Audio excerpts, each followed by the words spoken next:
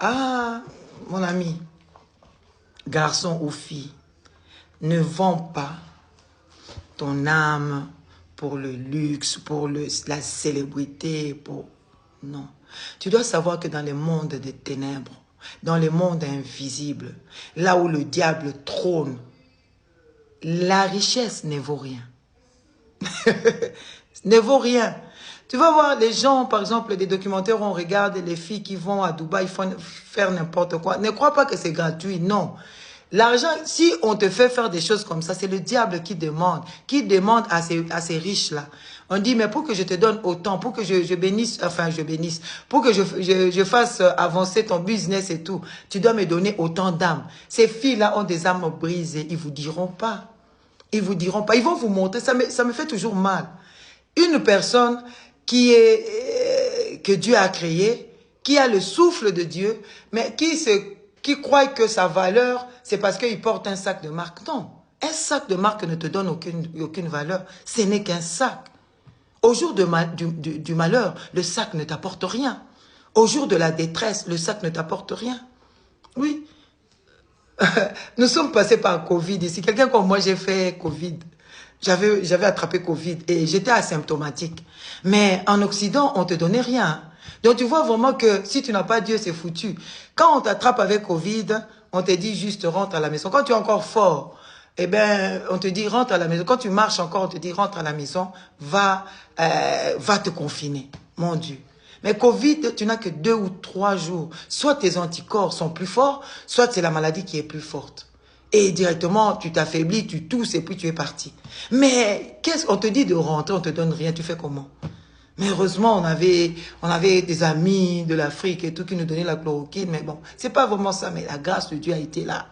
Tu vois vraiment qu'au jour de malheur, eh bien, rien ne t'aide, rien ne te sauve. Mais même la célébrité là que tu cherches, non, je vais devenir célèbre. Comme l'histoire que j'ai apprise, il y a un jeune homme qui disait que moi, avant de mourir, eh ben, je dois rouler avec telle voiture. Et pour cela, eh ben, il est allé pour sacrifier sa mère, ça n'a pas marché, il est devenu lui-même fou. Mais ça, ce sont les mensonges du diable. Parce que le diable lui-même, la richesse dans son monde, ça n'a pas de valeur. C'est ton âme qui a plus de valeur. Mais toi, tu te dis que moi, je ne vaux rien. Eh bien, je vais tout sacrifier au diable. Je te dis. Mais tu vas me dire parfois, ah non, elle parle comme ça parce que elle connaît pas le goût d'avoir un sac de marque. Non. Je te dis que mon mari et moi, nous avons travaillé. À côté de servir Dieu, eh bien, nous avons travaillé, nous travaillons de nos mains. Mais un sac de marque ne te sauve pas. Oui, je connais. Les sacs de marque, j'en ai. Regarde. Si tu crois que ça, c'est un sac de marque, regarde. Ça, c'est un sac de marque, tu vois. Regarde. C'est un sac de marque. Ça te sauve pas. Regarde. Tu vas dire que parfois, ah, je te casse les oreilles. Regarde.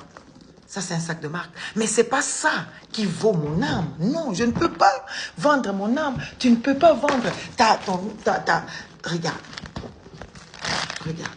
Ça ne te sauve pas. Ce n'est que le matériel.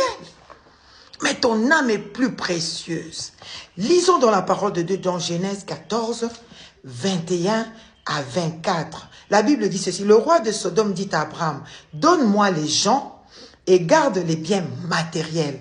Abraham lui répondit, je lève ma main vers le Seigneur, le Dieu très haut, qui a créé le ciel et la terre. Je jure que je ne prendrai rien de ce qui t'appartient, pas même un fil ou une courroie de sandal. C'est ce que le diable te propose chaque jour. Tu veux la célébrité? Donne-moi ta fécondité. Donne-moi ta maternité. Donne-moi tes enfants. Donne-moi. Tu vas voir un enfant qui sort le matin, eh ben, qui fait un accident, qui part. Mais oui, le diable se sert.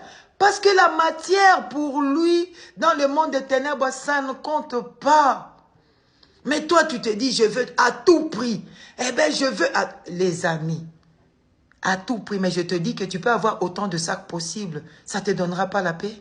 Ça ne te donnera pas le bonheur. Ça ne te donnera pas le ciel. Oui, parce que tu as un sac aujourd'hui, demain, il y a un autre sac qui sort. Tu vas vendre encore une âme.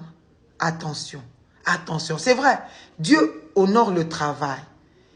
Mais Dieu tel qu'il est là, il sait que ce qui t'a donné de plus précieux, c'est ton âme.